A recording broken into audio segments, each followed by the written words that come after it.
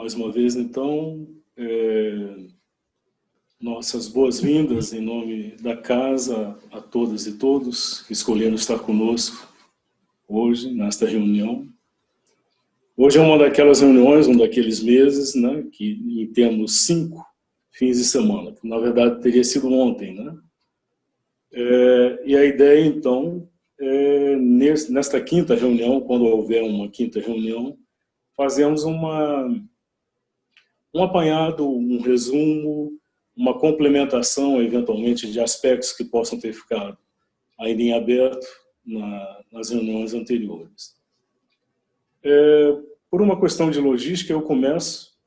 Então, nós escolhemos fazer uma divisão, um tempo para cada um dos responsáveis pelas reuniões, Ariamane, Henrique e eu, e depois abrimos um tempo para conversa, partilha, perguntas, se houver alguma. E eu começo por uma razão de logística. Eu vou terminar a minha parte com uma apresentação, porque ela faz uma ponte entre Savitri e a vida divina. Então, me pareceu orgânico fazer essa ponte de passagem para Ariamane.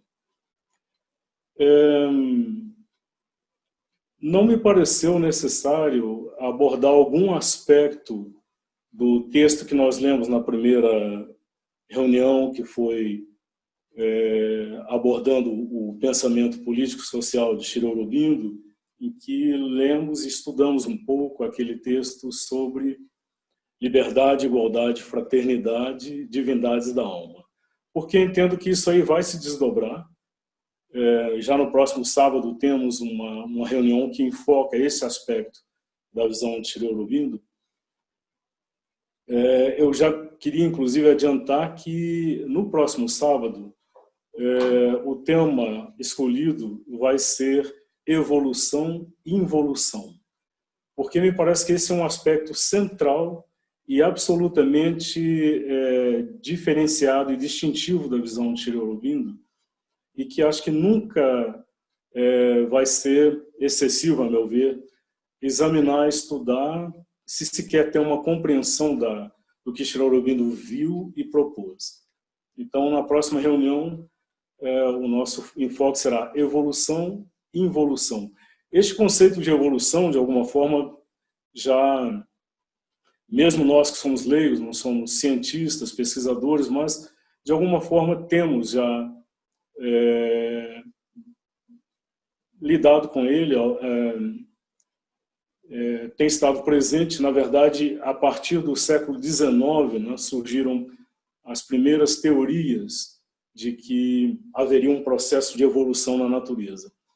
Então, de uma forma ou de outra, esse tema já está, em alguma medida, presente na consciência comum, mesmo quando ele é contestado. Mas a questão da involução, esse me parece que é um aspecto pouco abordado, se na verdade abordado, e na própria visão de Sri Aurobindo, ele pede um esclarecimento. Então, me pareceu importante dedicarmos uma reunião a estudar esta relação que ele faz de evolução e involução que precede a evolução, né? Mas isso fica para o próximo sábado, embora tenha relação. Na verdade, isso vai estar implícito em toda a abordagem de Sri Aurobindo, mesmo na poesia. Mas eu fiquei me sentindo, ou achando que seria válido, trazer hoje para vocês uma leitura mais completa de um texto que, durante a apresentação, a leitura de Ariamane, na semana passada, surgiu. Eu fiz uma leitura incompleta de uma passagem, de um aforismo de Sri Aurobindo, e achei que seria oportuno trazer hoje a leitura completa desse texto. Não vai ser possível exaurir a riqueza de significados que ele contém, mas eventualmente, quem sabe na próxima reunião, a gente possa voltar a abordá-lo. Então, trata-se de uma passagem que foi reunida numa seleção publicada dentre as obras de Sri Aurobindo, que foi chamada, na tradução, Vislumbres e Pensamentos. Aparentemente, isso não está no corpo dos pensamentos e aforismos, é uma série à parte, e aparentemente tem uma revisão feita por Sri Aurobindo já nos últimos anos. Então, antes mesmo da leitura, eu queria destacar uma questão que me parece válida, que é a questão da tradução. Eu li a semana passada, então nós lemos como ele identifica alguns aspectos e diz de cada um deles que ele foi o assessor e ele foi a barreira. Então, destacando o ponto focalizado na semana passada, o ego, então no texto lido, foi o assessor, o ego é a barreira. Quando eu li isso me suscitou uma necessidade de consultar o original, para ver que palavras Sri Aurobindo havia utilizado. Esse assessor me chamou a atenção. E, de fato, ele utiliza no original uma expressão helper. Quer dizer, é algo como alguém que ajuda, que auxilia. Então, me parece que assessor, particularmente nessa conotação mais moderna que damos a essa palavra, não é a palavra mais apropriada, porque o assessor geralmente é alguém que detém um conhecimento específico, especializado, que aquele que ele assessora não necessariamente tem. Então, ele assessora exatamente para isso. É um assessor para assuntos jurídicos ou, enfim, qualquer que seja o tipo de assessoria. Então, me parece que assessor não foi a palavra melhor escolhida. Então, eu me permiti retraduzir, utilizando auxiliar no lugar do assessor. E no lugar da barreira, me pareceu mais apropriado entrave. Então, eu vou ler a tradução que fiz, sem pretensão de que ela seja melhor, apenas diferente, que me pareceu corresponder a esse aspecto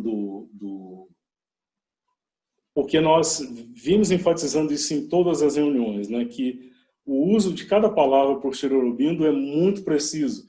Então, nós temos que tentar também, ao traduzir, chegar o mais próximo possível do que ele intencionou. Então, eu leio o texto inteiro agora.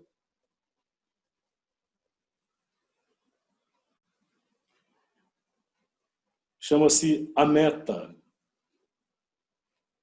Quando tivermos passado além dos saberes, teremos então o conhecimento. Conhecimento aqui com maiúscula. A razão foi a auxiliar, a razão é o entrave.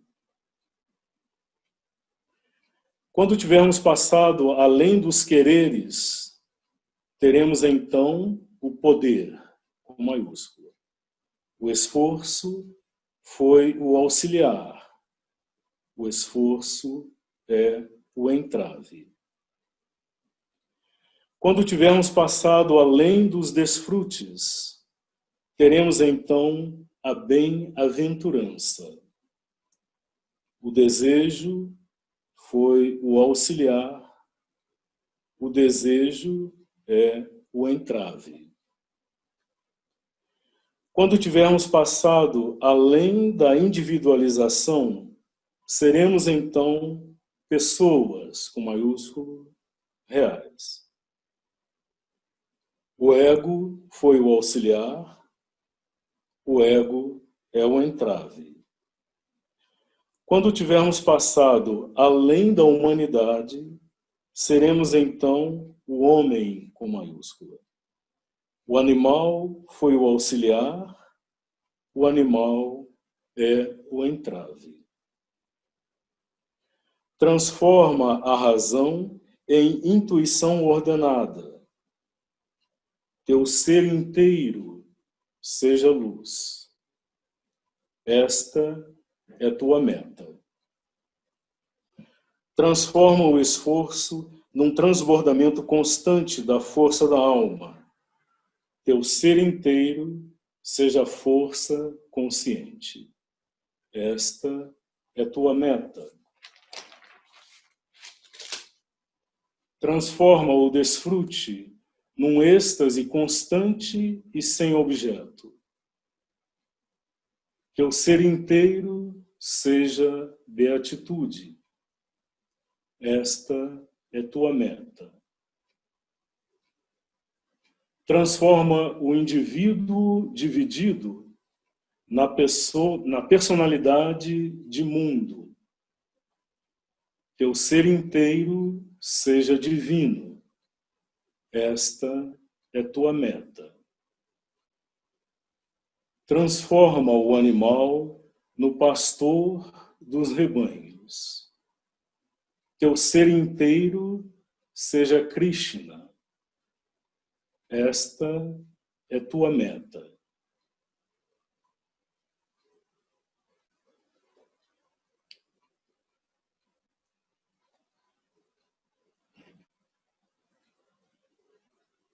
Então, a primeira coisa que ressalta nesse texto, e que me deixou assim estupefato, maravilhado, é a perfeição magistral desse texto. Perfeição no sentido da forma e certamente do conteúdo, pela abrangência que ele tem. Então, forma não é aqui uma mera questão formal, vamos dizer assim. Na verdade, esta harmonia em perfeita integração entre forma e conteúdo é, de certa forma, a aspiração de todo artista, que é veicular um determinado conteúdo, uma determinada mensagem, por meio de uma forma potente, uma forma que dê perfeita expressão a esse significado. Então, forma e conteúdo têm equivalência em termos de valor, de relevância em termos de arte. Na natureza também, de certa forma, nós observamos a busca dessa perfeita harmonia de forma e conteúdo, na medida em que, se observarmos atentamente todas as formas que a natureza desenvolveu, por mais que elas sejam absolutamente belas, harmoniosas e elaboradas, elas têm sempre uma correspondência muito precisa, inseparável com a função que lhes deu origem. Então, na natureza, essa correspondência de forma e função, que na verdade me parece também muito relevante para o arquiteto, para o designer, a harmonia de forma e conteúdo. Mas me parece também, me parece que à luz da visão de Sri Aurobindo, isso tem também uma conotação espiritual, porque a forma que dá perfeita expressão a um conteúdo é uma forma que já é, de alguma forma, expressão desse conteúdo. Me lembro uma passagem do poeta alemão Novalis, né, em que um aforismo em que ele escreve: um corpo que se torna alma é uma alma que se torna corpo. Ou seja, as duas coisas são, nesta visão, integradas. Se é para que a forma, no caso, o corpo, né, segundo Novalis, seja uma expressão perfeita do conteúdo, da essência que é o espírito. Então, forma e o cuidado com a forma aqui não me parece apenas uma expressão de uma preocupação formalista, mas é a expressão de uma forma que dá perfeita expressão ao conteúdo. E aqui é simplesmente magistral a maneira como ele constrói esse texto, né? Primeiro, os 5 aspectos, né, que ele destaca, o do saber, com minúscula, que deve ser o conhecimento, com maiúscula. O querer, que deve se tornar o poder. O desfrute, que deve se tornar a bem-aventurança. A individualização, que deve se tornar o ser pleno, integrado, a pessoa real. E, por fim, a consumação disto, indo além da humanidade como um coletivo destas individualidades parciais, fragmentadas, seremos o homem com maiúsculo aqui, ele me parece que fala da espécie, né? O português não tem um termo que expresse a espécie como um todo. O alemão me parece que tem um termo que não tem um gênero, né? Mas que expressa a espécie humana. Então, a maneira recorrente, rítmica, poderosamente rítmica, como ele estrutura isso, e depois na segunda parte, mas os cinco chamados à transformação. Né?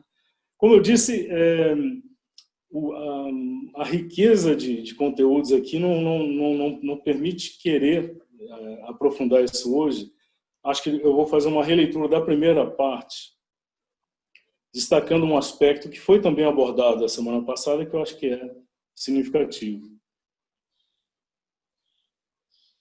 Acho que já fica o compromisso para a semana que vem procurarmos o desdobramento desse texto. Quando tivermos passado além dos saberes, teremos então o conhecimento. A razão foi o auxiliar, a razão é o entrave. Quando tivermos passado além dos quereres, teremos então o poder. O esforço foi o auxiliar, o esforço é o entrave. Quando tivermos passado além dos desfrutes, teremos então a bem-aventurança. O desejo foi o auxiliar, o desejo é o entrave. Quando tivermos passado além da individualização, seremos então pessoas reais.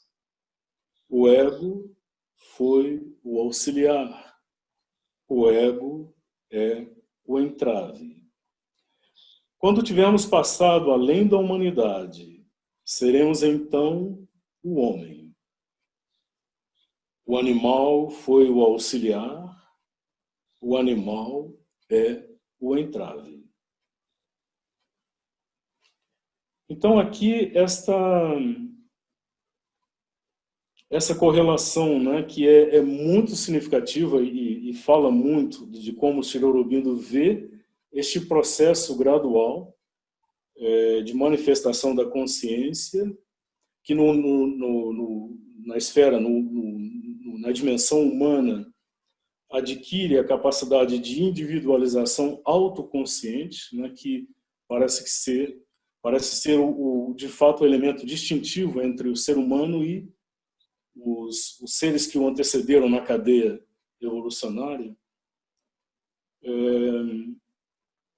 e na qual todos estes potenciais de ser, né, que ele vai enumerando aqui, vão aflorando.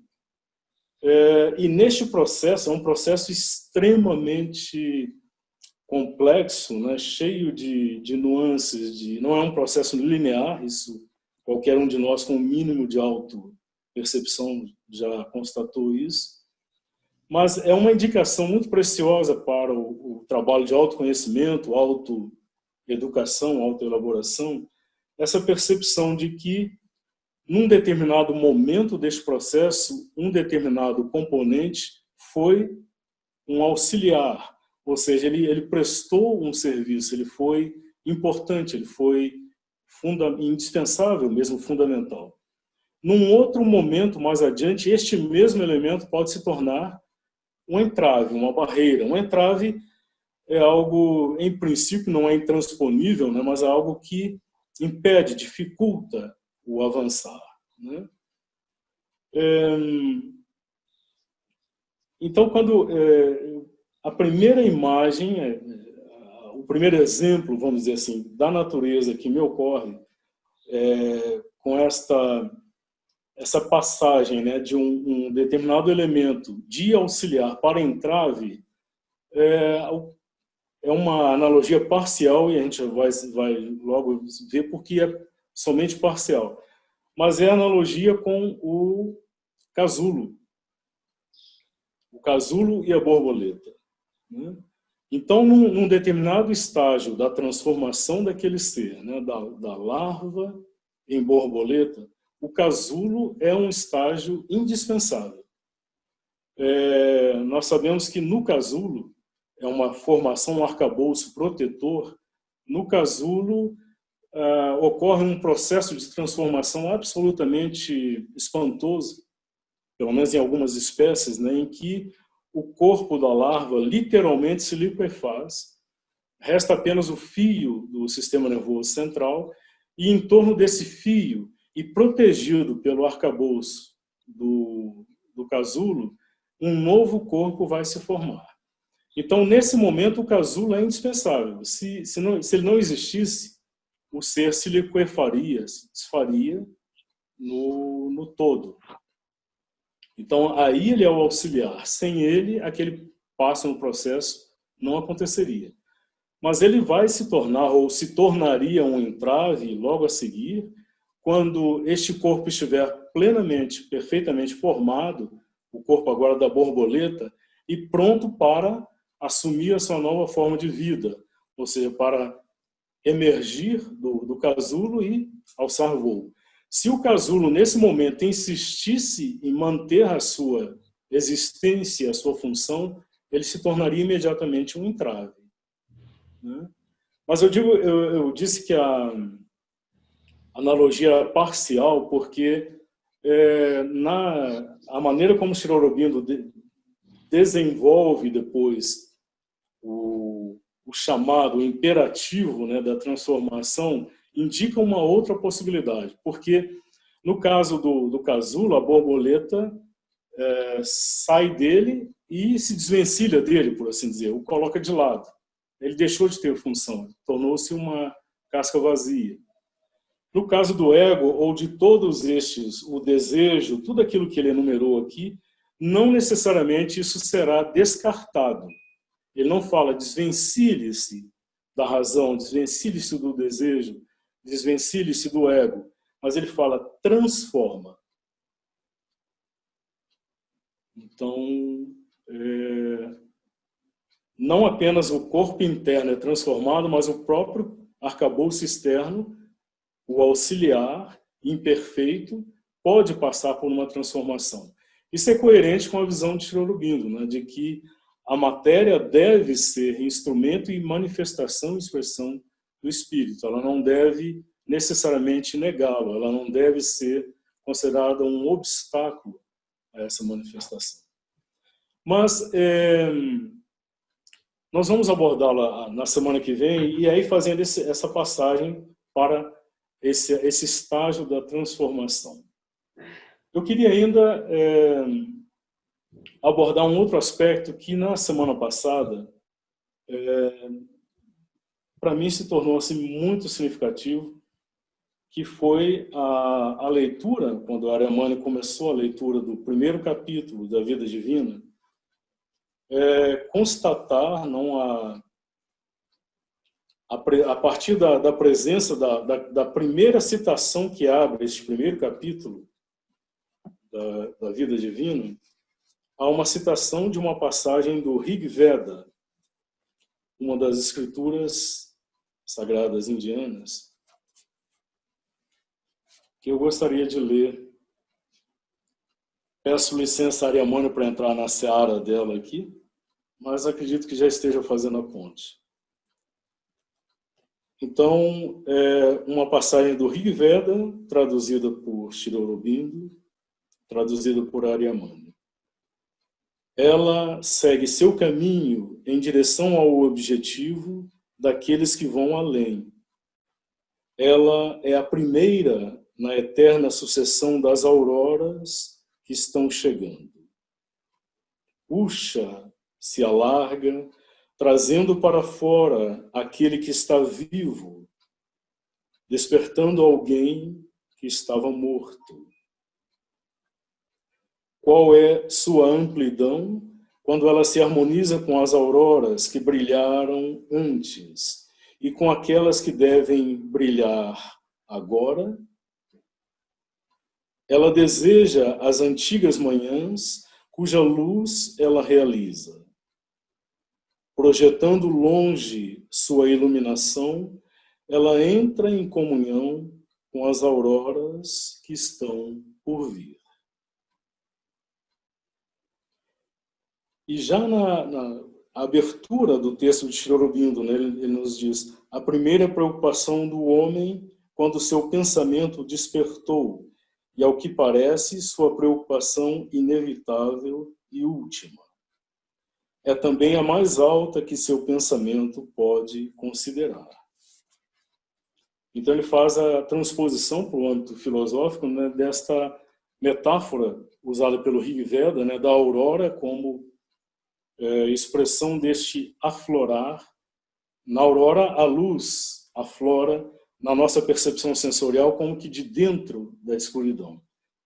Então esse aflorar da consciência, esse aflorar do ser, a partir da inconsciência, da negação do ser, eles simbolizaram pela aurora.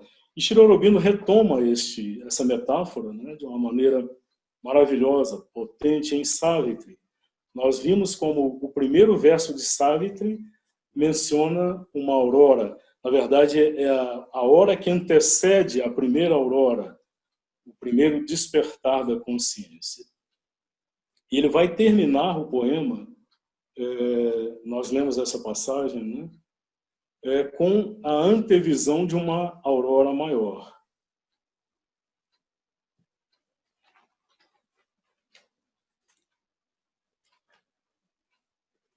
Então, só lendo o último verso, ele está falando da noite, né? Em seu seio, a noite acalentava uma aurora maior. Então, é a antevisão das auroras maiores, os próximos desdobramentos, desenvolvimentos do espírito em manifestação.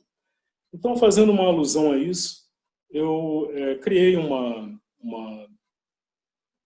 um vídeo justapondo imagens e música de Sunil Bhattacharya para Savitri, e imagens. Primeiro, imagens de auroras boreais, que nós sabemos que são o resultado da interação das emanações do Sol com o campo eletromagnético da Terra, e que aparece principalmente na região dos polos, auroras boreais e austrais. E depois auroras do ponto de vista da Terra, né, o despontar do Sol no horizonte da Terra.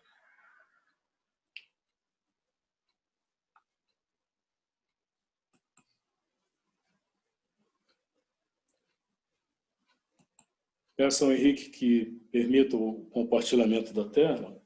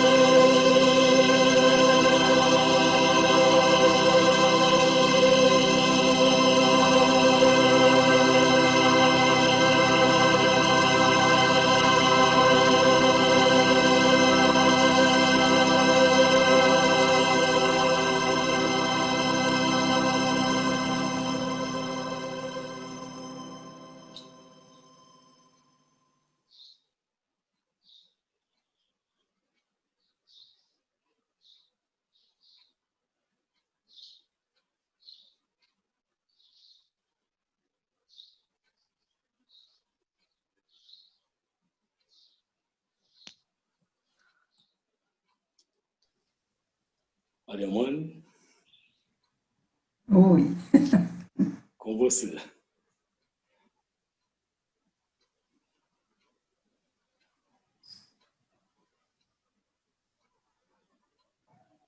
Eu gostaria de retomar, a partir da nossa conversa da semana passada, continuando, ou retomando, de fato. Então, se vocês lembram, deve ser a página 26, né? Quer dizer, o primeiro capítulo.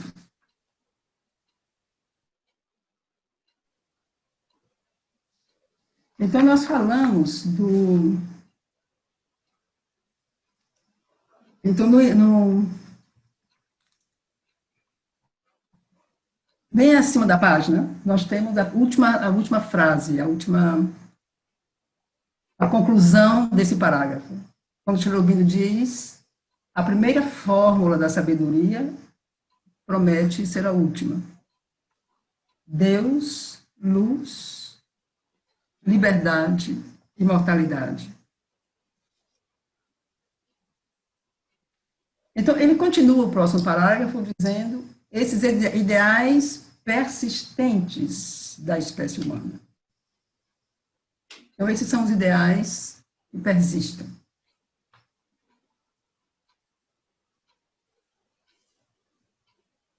Mas, então, continuando no parágrafo,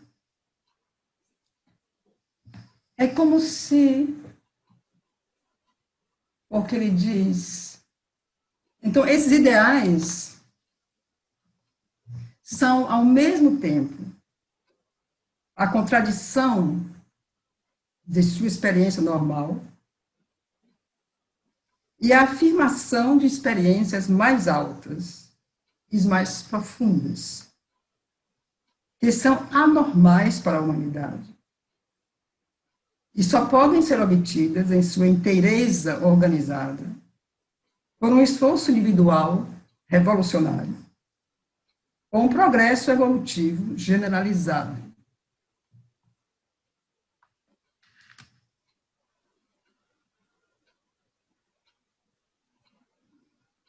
Então, por exemplo, o que Cherubino fez para manifestar essa energia nova, no supramental, para fazer isso descer no plano físico. Então, isso é um esforço individual revolucionário, eu acredito. Então, esse indivíduo, ele fez isso. Bom, depois a gente tem, ele diz, ou um progresso evolutivo generalizado. De fato, o momento que um indivíduo, no caso dois, que deixou ouvindo a mãe, fizeram esse trabalho, então, esse progresso evolutivo generalizado provavelmente será menos difícil, digamos.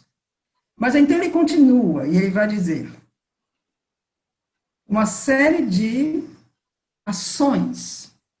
Então, como o Ricardo falou de metas, né, ele leu toda uma série de metas, eu tinha pensado assim, tipo, propósitos, que a evolução, os propósitos da evolução em relação à humanidade, como que tarefas, né, da evolução. Então, Cherubino diz, conhecer, possuir e ser o ser divino. Então, isso é já um propósito. E se a gente observa, ele usa verbos, né? Quer dizer, o verbo é a ação, é o poder. É agir, fazer. Conhecer, possuir e ser o ser divino. Então, isso já é um propósito. Mas, como se pode fazer isso em uma consciência animal e egoística, como a nossa? Então, fica a pergunta. E ele continua, então, o próximo propósito, converter nossa mentalidade física crepuscular ou obscura. Então, o que é essa mentalidade física crepuscular, obscura? Essa mentalidade onde a maioria de nós vivemos.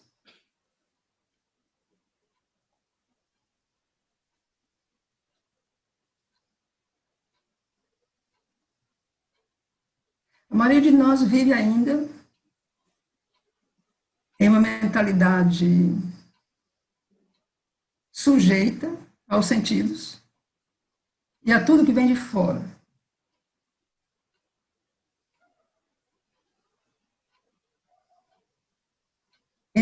Então, isso é o grande limite, porque converter nossa mentalidade física crepuscular ou obscura em uma plena iluminação supramental.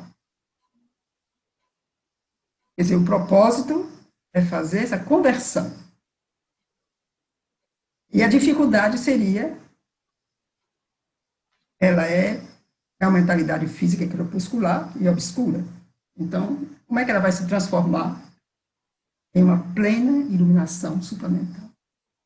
Então, isso são, assim, as contradições, né, as dualidades, né, de um certo modo. Então, continua, quer dizer, o próximo seria como construir paz e uma beatitude autoexistente. Como?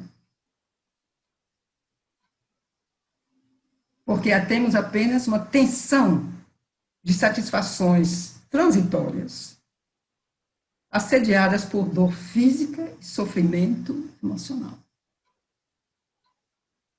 Então, para construir uma paz, uma beatitude autoexistente, quer dizer, uma autoexistente, ela existe por si. Ela não é sujeita aos elementos exteriores. Porque nós, como vivemos, né, quer dizer, nós, já ouvido falar dessas satisfações transitórias, assediadas por dor física e sofrimento emocional. Então, isso nos impede de construir uma paz, uma beatitude autoexistente. Né? Por quê? Porque nossas satisfações transitórias, se a gente olha bem, são muito pequenas. Então, assim, são efêmeras.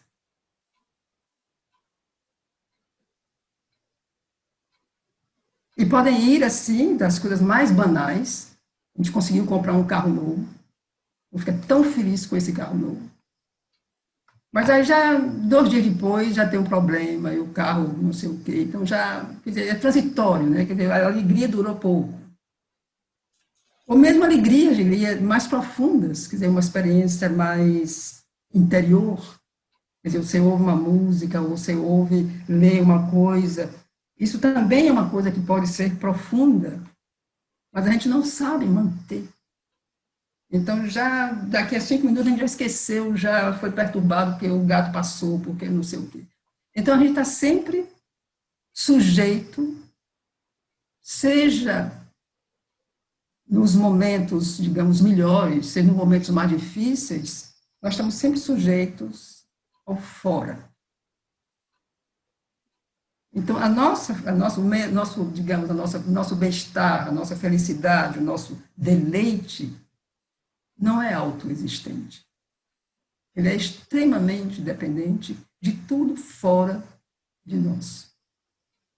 Então, para a gente estar bem, a gente depende do fora, do que me vem de fora, do que alguém pensa de mim, se alguém me ama ou se não me ama, se hoje, não sei, aconteceu alguma coisa. Então, assim, tudo depende do fora. Então, nós vivemos nisso. Então, como construir paz, uma beatitude autoexistente? onde é apenas uma tensão de satisfações transitórias, assediadas por dor física e sofrimento emocional. Quer dizer, são todos esses limites, quer dizer, a possibilidade, quer dizer, as metas, os propósitos e as dificuldades, os opostos. Então, o próximo seria, então nós temos conhecer, possuir e ser o ser divino, é um propósito, converter nossa mentalidade, é um propósito, construir paz e uma beatitude autoexistente, um outro propósito, e seria ainda estabelecer uma liberdade infinita. Que seria estabelecer uma liberdade infinita em um mundo que se apresenta como um conjunto de necessidades mecânicas. Então, isso seria o quê? Essa liberdade infinita, e o contraste seria um mundo que se apresenta como um conjunto de necessidades mecânicas. Necessidades que a gente nem se dá conta. Né? Quer dizer, no dia a dia, na nossa vida, a gente vai vivendo essas necessidades e satisfazendo essas coisas, mas então estamos amarrados. Né? Então, quando a gente fala de liberdade, não, essa liberdade infinita não pode se manifestar em um mundo que se apresenta como um conjunto de necessidades mecânicas. Então, esse seria o próximo propósito.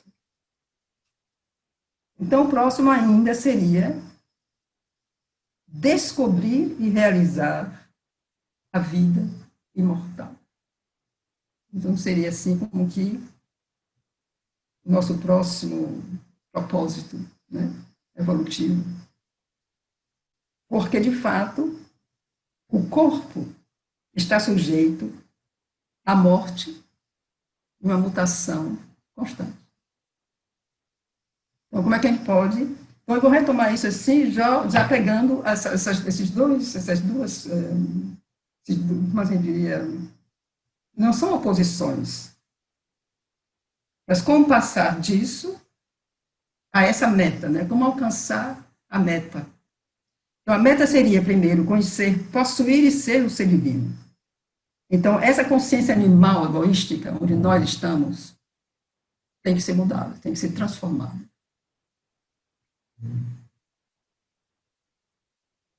Converter nossa mentalidade física, crepuscular ou obscura, em uma plena iluminação supramental. Isso seria um outro propósito, uma outra meta. Construir paz e uma beatitude autoexistente. Quando vivemos uma tensão de satisfações transitórias, assediadas por dor física e sofrimento emocional. A próxima etapa, o próximo propósito seria estabelecer uma liberdade infinita. Mas em um mundo que se apresenta como um conjunto de necessidades mecânicas. Então, essas coisas não... E a última que seria descobrir e realizar a vida imortal. Então, esse corpo nosso, sujeito à morte e à mutação constante, tem que ser transformado. Para que possamos alcançar, descobrir e realizar essa vida imortal. Então, assim, continuando, Cherubim diz, isso é o que nos é oferecido como a manifestação de Deus na matéria e como objetivo da natureza em sua evolução terrestre. Então, para o intelecto material comum, que toma sua atual organização de consciência como limite, então vai achar que como está é porque é assim mesmo. Então, essa contradição entre esses ideais que nós acabamos de mencionar e o fato realizado, quer dizer, onde nós estamos, então, para a pessoa que tem uma mentalidade comum, um intelecto bastante normal, Então, para ele, é um argumento final. Isso não é possível. Não está vendo a realidade. A realidade é essa. Então, não é possível. Porém,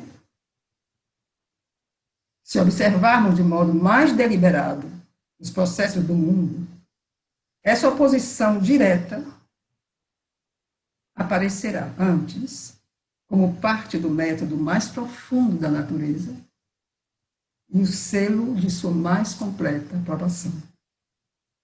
E aí continua, e é muito interessante, porque ele vai dizer, pois todos os problemas da existência são essencialmente problemas de harmonia. Surgem da percepção de uma discórdia não resolvida e do instinto de um acordo ou unidade não descobertos. Então, ele fala de um instinto.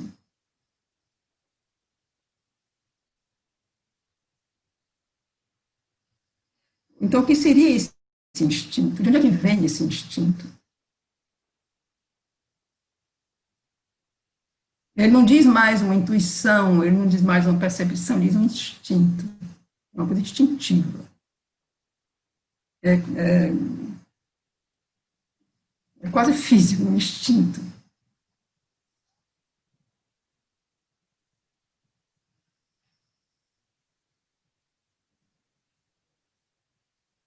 Porque, finalmente, esse instinto sabe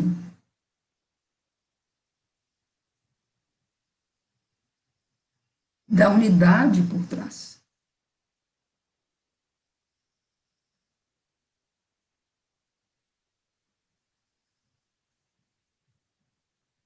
Mesmo essas contradições mais chocantes, mais aparentemente impossíveis de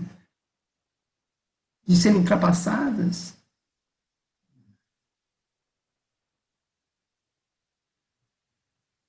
são relações com o eterno.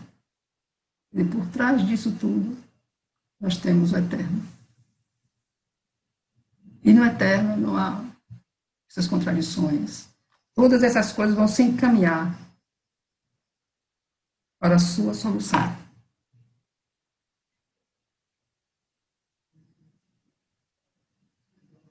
Então, esse instinto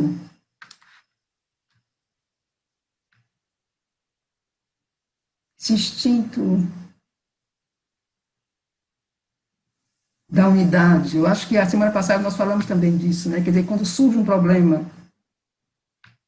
tem a solução também. Quer dizer, o problema não surge sozinho, né? Ele vem com alguma coisa. Então, esse instinto que nós temos dessa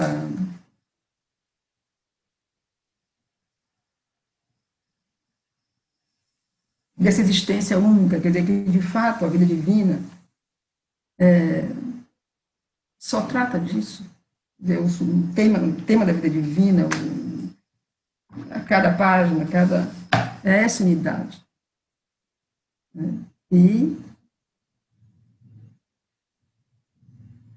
E eu acho muito, muito incrível falar disso como instinto. Porque para a natureza prática e mais animal do homem, é possível contentar-se com uma discórdia não resolvida. Mas isso é impossível para a sua mente completamente desperta. E aí voltamos, né, a isso que ele insiste, né, esse pensamento desperto, essa mente desperta, essa coisa que se desenvolve, né, no ser humano, que o diferencia justamente do animal.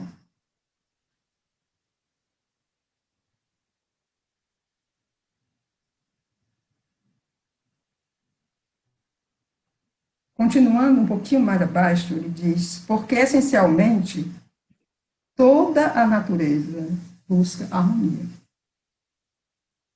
A vida e a matéria em sua própria esfera, assim como a mente no arranjo de suas percepções.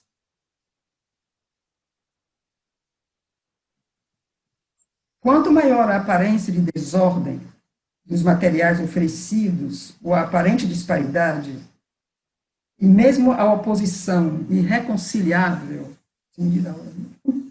dos elementos que devem ser utilizados, tanto mais forte é o estímulo, e este impele em direção a uma ordem mais sutil e poderosa do que resultaria normalmente de um esforço menos árduo. Mesmo lendo assim, a gente pode se perguntar, mas como é que a gente aplica isso na vida? Como é que a gente pode aplicar isso com o que nós vivemos hoje? Onde é que isso se aplica? Onde é que essa certeza pode se aplicar?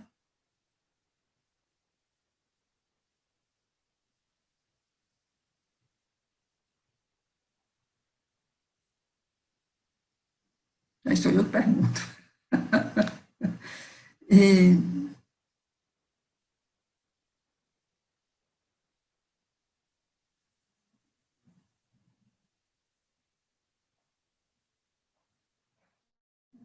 Então, assim, essa certeza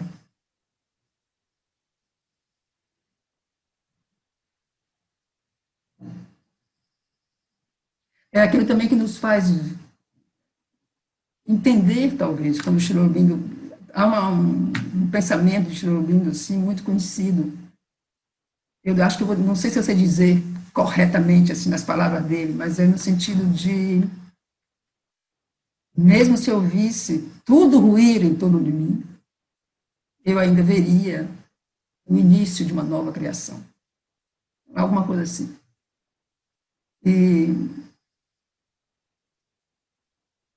Então, isso para mim seria a resposta que a gente teria para o momento que a gente vive agora. É uma nova criação. São as dores do nascimento. E eu diria que a coisa que importa é essa confiança inabalável,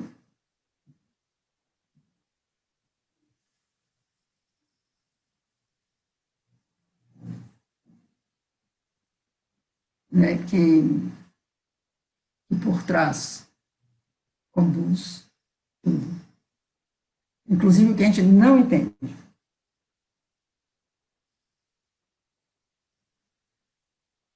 Então, aqui ele continua com os opostos, mas eu não sei em termos de tempo, que alguém está...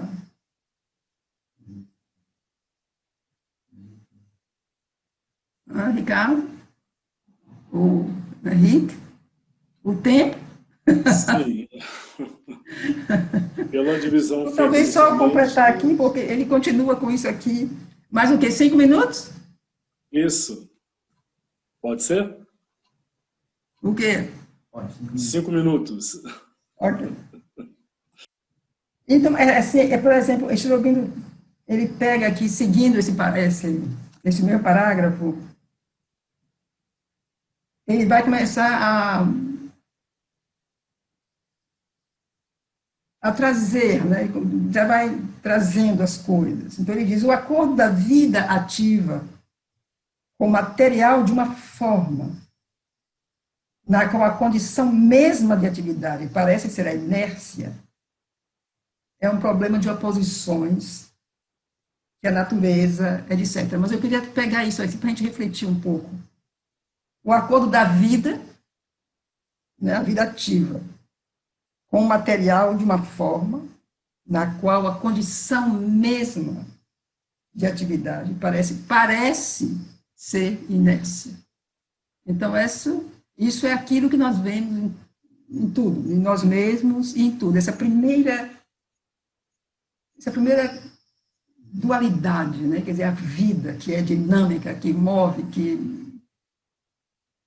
é energia pura, e a matéria.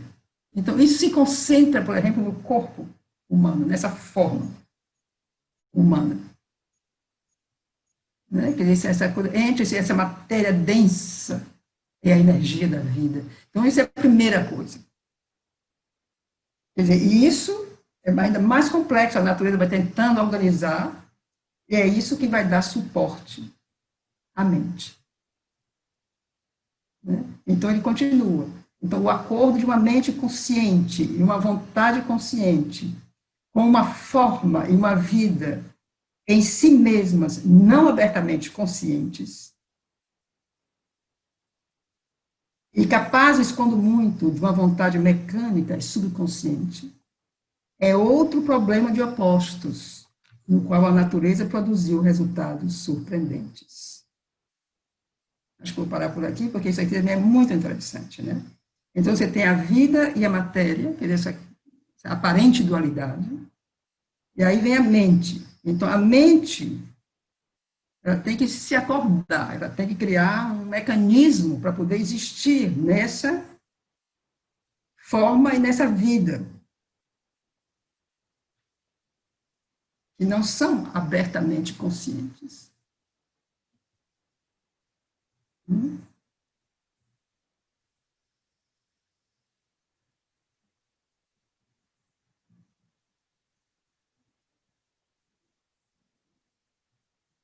E aí ele vai falar da evolução, mais adiante. A evolução da vida na matéria, da mente na matéria, e ele vai explicar, então, essa evolução. Mas isso vai ficar para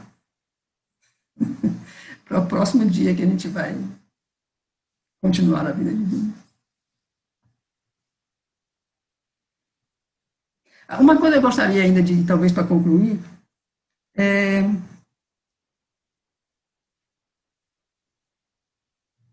nessas leituras, se a gente faz vamos tentar fazer como as coisas se encadeiam, né? Como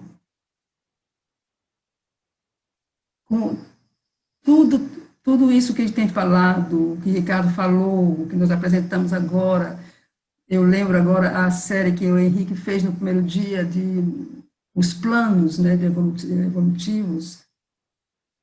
Tudo isso vai se tecendo, né? Tudo isso vai criando um tecido e uma textura que vai dar corpo a uma compreensão, eu creio, maior, né, do pensamento de Sri Aurobindo. Eu gostaria que a gente tentasse ver, cada vez mais, tentasse ver essa unidade, né, no pensamento dele. Quer dizer, a semana que vem, o Ricardo vai falar do ciclo humano, quer dizer, a sociedade, a evolução da humanidade, enfim. E tudo isso faz parte de uma coisa muito, muito vasta, essa visão que nos dá essa sensação do todo, essa existência única, e não tem nada que é fora do outro. Né? Então, assim, isso pode nos ajudar, talvez, a fazer essa passagem dessa nossa visão tão dualista, né, que faz parte da mente, a mente ela é dual, e já tentar abordar essa coisa de uma maneira mais,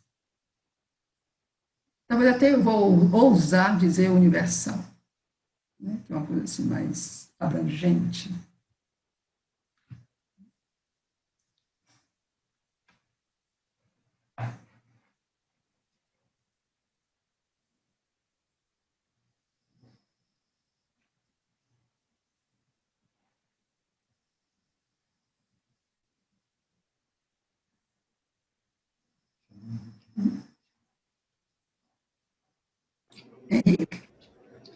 Agora,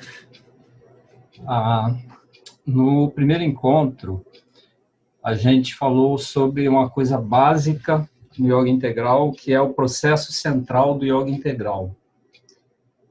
Uma carta que Sri Aurobindo escreveu para algum discípulo que perguntou alguma coisa para ele. Esse yoga, assim, que é tão grande, é tão complexo, o que é central? Qual é a linha condutora? Qual é o estado de espírito? Qual é o trabalho contínuo que deve ser feito?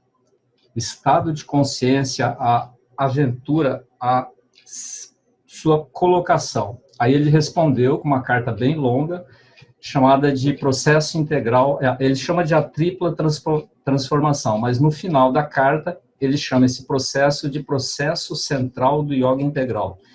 Então hoje eu queria reforçar essa questão, porque ela é básica, ela é essencial, é a disposição de consciência que todos aqueles que se propõem a seguir o Yoga Integral de Sri Aurobindo deveriam buscar esse estado de consciência, essa disposição, esse estar no mundo a partir desse estado de consciência. Porque, como esse ciclo de estudo chama, né, a aventura da consciência. O que Sri Aurobindo propõe é uma transformação da consciência. É uma mudança de nível de consciência, que não é uma coisa fácil. E é uma aventura. Por que que é uma aventura? Porque é você mergulhar dentro de você mesmo e buscar essa transformação. Uma aventura porque é individual. Mesmo a gente fazendo em grupo, cada um está trabalhando com a própria consciência. Cada um vai buscar a sua transformação e, com isso, propagar para o mundo. O trabalho em grupo reforça isso. Eu vou pedir licença para vocês de projetar aquele famoso básico PowerPoint, que eu acho que, para mim, ajuda, é a forma, como eu disse, a forma que eu estou acostumado a trabalhar. Então, eu vou compartilhar a tela aqui.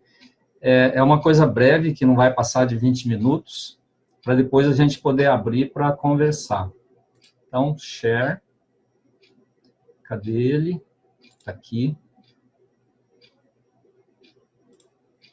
Na semana retrasada, esse é um dos slides da semana retrasada. O que Sri Aurobindo propõe é que a gente saia da consciência de superfície, mental, vital e físico, onde a gente fica oscilando aqui, desde uma consciência que está no físico, vital, até uma consciência que está vibrando num nível mental, psíquico, e mergulhe para dentro do subconsciente, que ele chama, nosso subconsciente da psicologia, que ele chama de subliminal ou ser interior, e mergulhe mais fundo ainda para encontrar esse princípio psíquico, que seria a alma, mas, como a gente falou, alma é uma palavra um pouco contaminada por muitos sentidos aí, e ele prefere usar esse termo psíquico. Ou seja, você mergulhar, você transferir o seu estado de consciência usual para um estado de consciência profundo no psíquico, que é esse princípio psíquico que, em princípio, estaria em contato com o superconsciente, recebendo todas as influências desse superconsciente. E, a partir daí, você estar no mundo. Aí, eu trouxe aí uma coisa nova, né? Onde Sri Aurobindo coloca o seguinte: o que é esse psíquico? É alguma coisa dentro de nós, no subconsciente, muito profundamente, que vem diretamente do divino e está em contato com o divino. Então, essa parte, esse princípio de consciência, que está em todos os seres vivos, como ele coloca mais para frente, está inclusive nas plantas, né? Nos vegetais, como seres vivos, tem esse princípio psíquico. Nos animais, tem esse princípio psíquico. E esse princípio psíquico está em contato diretamente com o divino e recebe essas influências do divino. Na origem, esse psíquico é um núcleo pleno de possibilidades divinas. E esse núcleo é que suporta essa manifestação exterior e inferior de mente, vida e corpo, que é onde a gente vive, que é onde a gente está. Nosso princípio de consciência, nosso estado de consciência se situa normalmente. Existe em todos os seres vivos, mas ele está atrás, no fundo do coração, oculto por essa consciência ordinária. Então, toda essa aventura de consciência, todo o processo do yoga integral, processo central, porque depois vem todo o trabalho que a gente vai ver na série, né? É buscar esse deslocamento dessa consciência para essa consciência psíquica. Esse psíquico, ele não é assim, é o princípio que evolui na evolução. Então, em princípio, cada ser tem um ou está num estágio de desenvolvimento desse psíquico. Como se diz, né, as almas velhas têm um psíquico mais desenvolvido. As almas novas têm um psíquico menos desenvolvido. E esse desenvolvimento se dá em contato com o mundo, em contato com a vida. Só que ele não está sempre ou frequentemente à frente. A gente está frequentemente na consciência de ego. Ele se expressa na medida em que a imperfeição dos instrumentos permite. Então aí que vem, passou. Todo o trabalho do yoga integral está na busca da remoção das imperfeições dos instrumentos, permitindo que esse psíquico se manifeste mais livremente, de uma forma mais pura e mais direta, sem as limitações dos instrumentos. Então, processo central de yoga integral. Primeiro, uma abertura para dentro, buscando o psíquico. Segundo, uma abertura para o alto, buscando, aspirando pela descida dessa energia divina, da Shakti divina com todas as propriedades. Esse psíquico, ele cresce em consciência através de experiências voltadas ao divino. Quer dizer, cada experiência de beleza, de pureza, traz uma intensificação, um desenvolvimento desse princípio psíquico. E ganha força cada vez que algum movimento mais alto acontece em nós. Daí, o processo de desenvolvimento desse ser psíquico é por uma acumulação, um acrescentamento, aí não existe, um aumento de volume dessas experiências de movimentos mais profundos e mais altos. Daí essa individualidade psíquica vai se reforçando. Cada um de nós tem uma individualidade psíquica diferente. É diferente daquele princípio único que seria um princípio único igual em todos os seres vivos. A individualidade psíquica não. Cada um tem uma personalidade psíquica que tem um certo grau de desenvolvimento e principalmente um certo grau de manifestação. Está mais à frente, menos à frente ou totalmente oculta, mas todos os seres têm. Como a gente falou da outra vez, até os seres mais baixos, até os animais mais repugnantes para nós, para nossa consciência, depois nós vamos falar disso, né, dessa repugnância, dessa atração, aversão. Todos têm um princípio psíquico que vem do divino, está em contato com o divino. Mais ou menos à frente, mais ou menos no comando, mas todos têm. E a questão dessa aventura de consciência é trazer esse psíquico para frente. Esse psíquico é a causa real do homem voltar-se para a vida espiritual. É isso que atrai o ser humano para essa vida espiritual e a maior ajuda nela, mesmo que seja frequentemente secreta, por detrás do véu, sem a gente perceber. Então, todos aqueles que estão nessa busca espiritual, isso foi impulsionado por esse psíquico que já está assim, como que expandindo-se, buscando essa manifestação. Então, o yoga integral é trazer para frente isso que está oculto atrás da consciência ordinária. Esse é o processo central do yoga integral, não é o yoga integral. O yoga integral vai muito além disso. Mas o processo central seria esse. Um dos aspectos do processo integral. Esse ser psíquico que está oculto dentro de nós, fundo dentro, atrás do centro do coração, atrás do centro emocional, e daí, em algum outro lugar, ele fala que o emocional, o sentimento profundo, é um dos caminhos para você alcançar esse psíquico. Aí ele faz uma distinção. O self, o si, não é o psíquico. Esse si não tem um lugar, não está no centro do coração, está em toda parte. E o seu self e o self de todos os seres é o mesmo. Esse é o divino no fundo de cada um, não é o psíquico. O psíquico é uma personalidade, é uma individualidade psíquica. E amor. alegria, o amor verdadeiro, o amor puro, a alegria, a felicidade, todos vêm do psíquico. E o self traz uma paz, o Ananda universal. Bom, agora recordando, esse slide também estava na primeira apresentação, o processo central do yoga integral. Qual é o estado de consciência? Qual é o plano de fundo ou o pano de fundo? A disposição permanente de quem escolheu seguir esse caminho.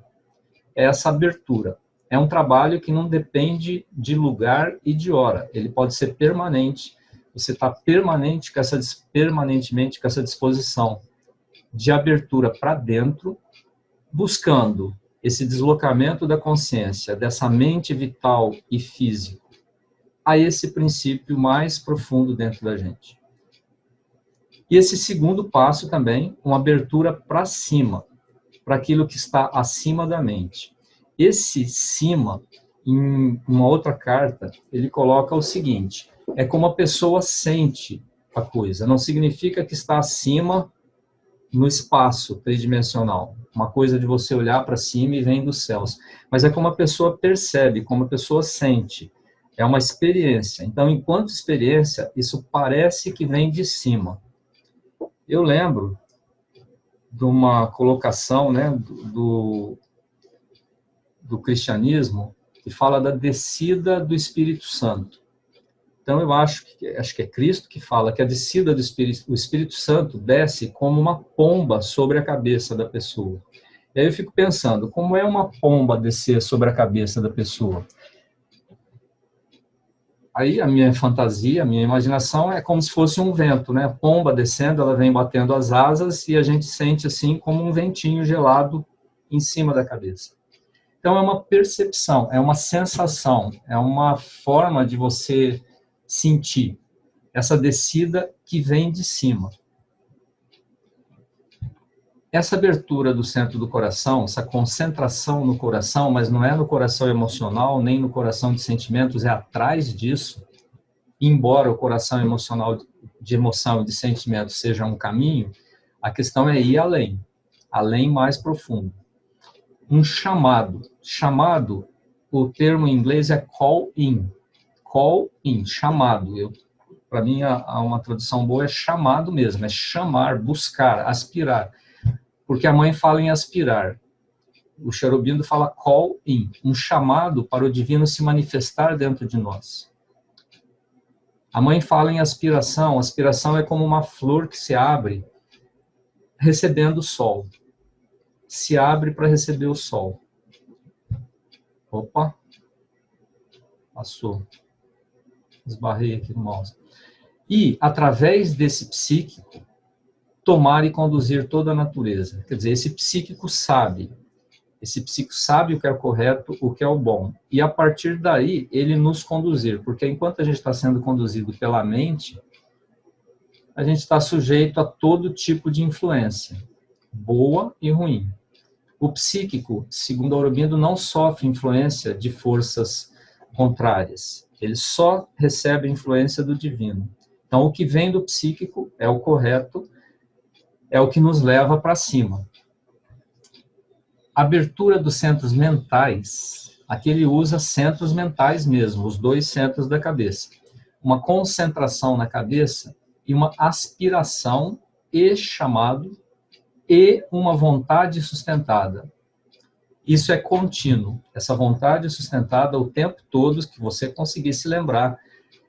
Essa aspiração, chamada e vontade sustentada para a descida da paz, poder, luz, conhecimento e Ananda. Em resumo, descida dessa energia divina, dessa Shakti divina, para dentro do ser. E ele faz um alerta, primeiramente uma absoluta calma e paz. E ele enfatiza isso porque um ser que não tem essa absoluta calma e paz, ele pode ser desequilibrado se essa energia, se essa força consciente começa a descer de verdade. E aí pode causar problemas. Uma característica do yoga de Sri Aurobindo é que ele não trabalha, como a gente fala, de baixo para cima. A subida da energia dos centros mais baixos até os centros mais altos. Porque isso segundo todos os mestres, sem exceção, dizem que isso é muito perigoso, se você não tiver uma orientação pessoal e direta de um guru, que ele mesmo passou por esse processo. É difícil a gente conseguir isso aqui no Ocidente.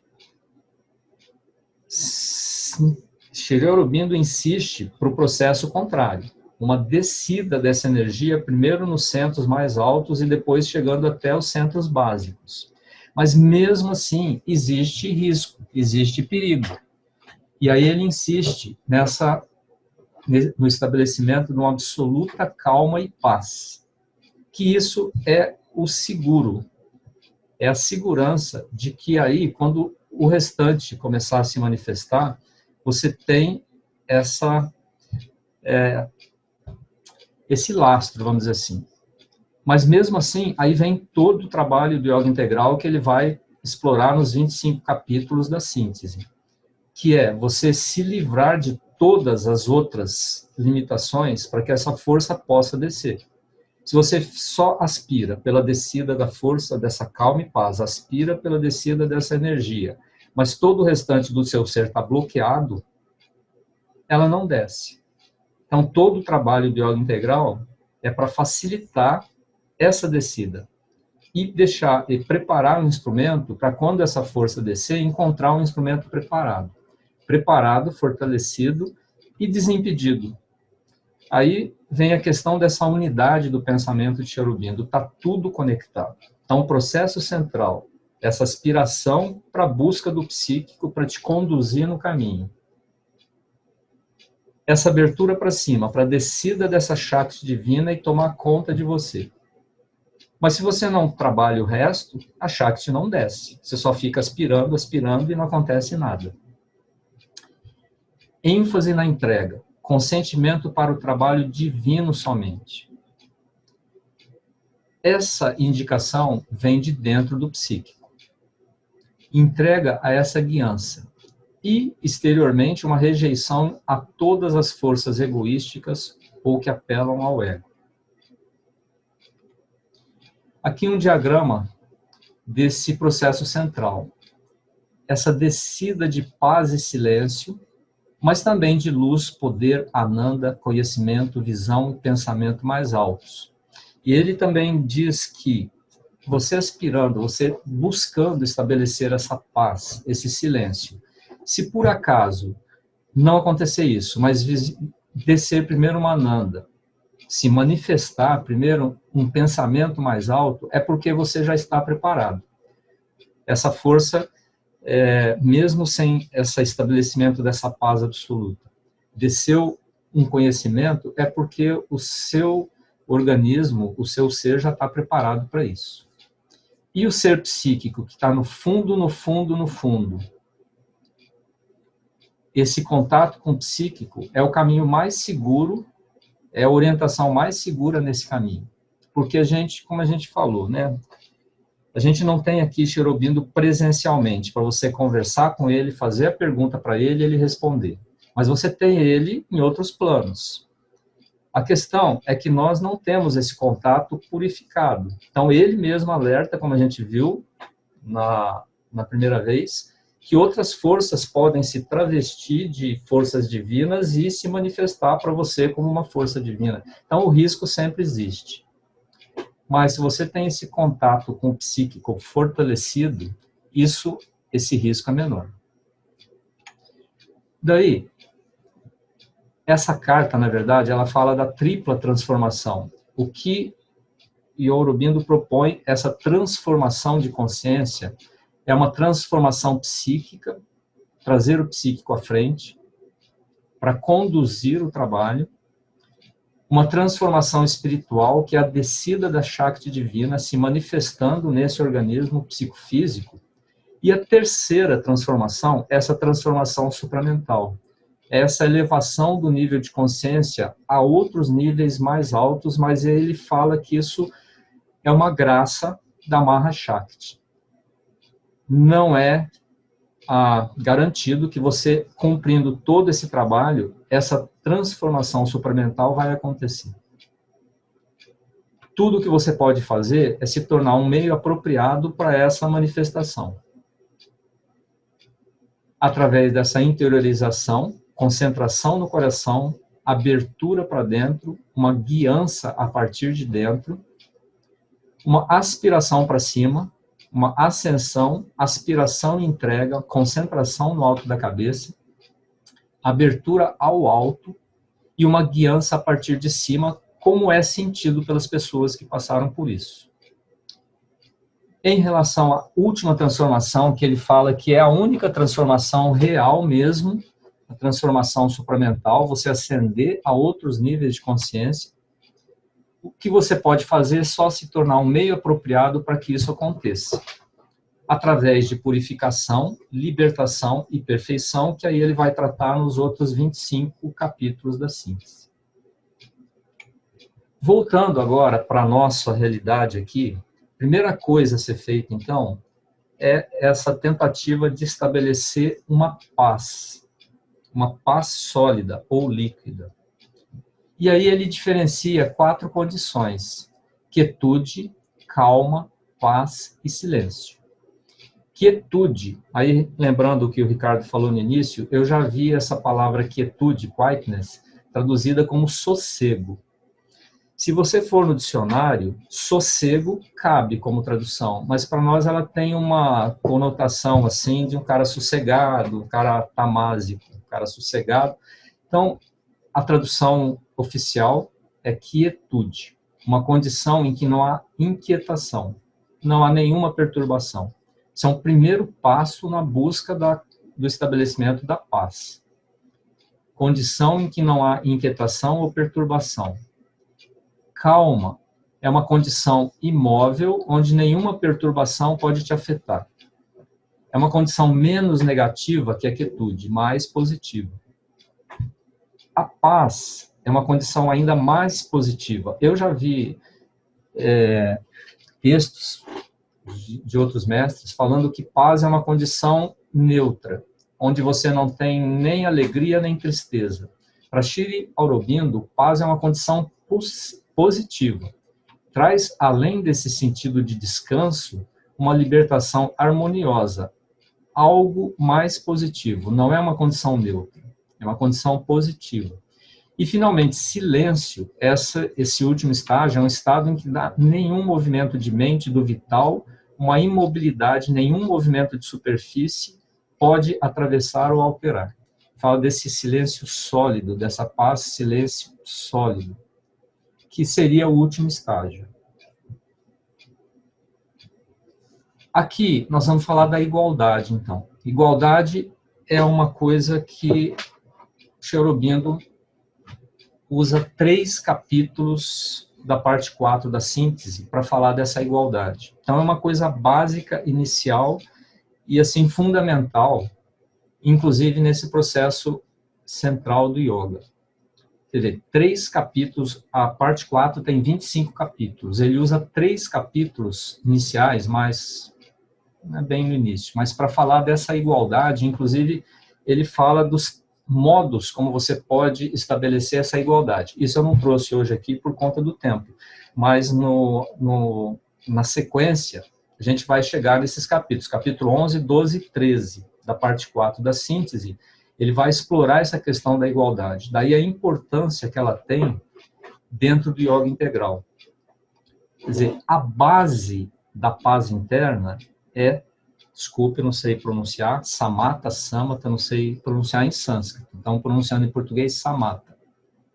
Então, essa paz que a gente deveria estabelecer, a base dela, fundação, fundamento, é essa igualdade. O que é a igualdade? Capacidade de receber com uma mente calma e igual todos os ataques e aparência das coisas exteriores. É você estar no mundo sem ser afetado emocionalmente, mentalmente, por qualquer coisa que afetado não, desculpe, desestabilizado, acho que seria uma palavra melhor. Sem você ser desestabilizado por qualquer coisa que aconteça no mundo. Afetado a gente é de uma forma ou de outra, mas desestabilizado. Sejam elas agradáveis ou desagradáveis. Seja má fortuna, seja boa sorte. Seja prazer, seja dor. Seja honra, seja má reputação. Seja louvor, seja culpa. Seja amizade, seja inimizade. Seja pecado, seja santidade. Ou, no plano físico, seja calor, seja frio. Ou seja, você não ser desestabilizado. Não é que você não sente, não é indiferença. Ele insiste nisso lá nesses 3 capítulos da síntese. Não é uma indiferença, é você não se desestabilizar. Você reage. Eu lembro aqui do Gita, né? Krishna falando para Arjuna. Vendo a verdade e tendo igualdade, samata, vai e lute, vai e mate os seus primos, os seus tios, os seus mestres, mas com essa igualdade. É o que pareceu para você fazer, você vai e faz. E aí, essa parte aqui que nós não vamos explorar. Existem 2 formas de samata, uma passiva e uma ativa. Samata, igualdade na recepção das coisas do mundo exterior e em relação a elas. E aí, nesses 3 capítulos, ele vai explorar formas de samata na recepção de coisas do mundo exterior e na sua reação a elas. Então, eu acho que um bom lugar para começar a criar condição para a descida dessa paz, e é o que o Sri Aurobindo coloca na síntese, 3 capítulos, é você buscar estabelecer essa igualdade. Isso é um trabalho, isso não acontece assim num estalar de dedos. É um trabalho permanente, não é insensibilidade, mas é não reação, é não ser desestabilizado por isso. E aí, nesses 3 capítulos, a gente vai explorar isso aqui. Reforçando, então, o processo central de yoga integral. Além dessa interiorização, dessa busca por estabelecimento, de trazer esse psíquico à frente, você se estabelecer nessa consciência psíquica, que você tem que buscar, ninguém sabe como é, como não é, você tem que buscar dentro de você, individualmente, daí a aventura da consciência, como a imagem aos bandeirantes que saíam buscando ouro, ou pedras preciosas, ou aqueles primeiros navegadores que, desafiando o conceito da época de que a Terra era plana, que voltou agora, né? Mas eles desafiando o conceito lá do século XV, XVI, saíam com os barcos em rumo ao nada, buscando alguma coisa. Então, essa aventura de você buscar esse psíquico no coração e aspirar por essa descida da força divina, o Shakti, é o processo central do yoga integral, é aquilo que deveria acompanhar continuamente todo o restante do trabalho de yoga integral. Então, para terminar agora, eu queria propor uma interiorização, mentalizando esse processo central. Eu vou colocar uma música, e a proposta é simplesmente fechar os olhos ou ficar olhando para o símbolo de Sri Aurobindo e buscar essa interiorização. A gente sabe da musicoterapia que as músicas, elas não têm um conteúdo fixo. Você tem música calma, música agitada, música com ritmo, música sem ritmo. Mas o que ela provoca nas pessoas é individual. Essa música, a proposta dela é buscar uma interiorização, pura e simplesmente. Essa busca não é uma música do psíquico, não é uma música mental, é uma música que não tem melodia, nem harmonia, nem ritmo. Ela tira todas as referências, permitindo que você se interiorize. E aí, nessa aventura, eu recebi um depoimento de uma pessoa que assistiu na aula passada, que sentiu a morte quando eu coloquei a música, a presença da morte. É uma coisa que pode acontecer, porque a gente está vivendo numa situação onde a possibilidade da morte está aí. Está todo mundo se protegendo por conta dessa possibilidade real e concreta da morte estar ali na esquina. Então, é uma possibilidade de você entrar no seu subconsciente e começar a sentir o que está aí no plano de fundo, no mundo, em você. Faz parte. Então, eu vou sair daqui, colocar a música, eu compartilhei o som também, né? Vou habilitar a música aqui, E a proposta é essa. E aí a gente encerra.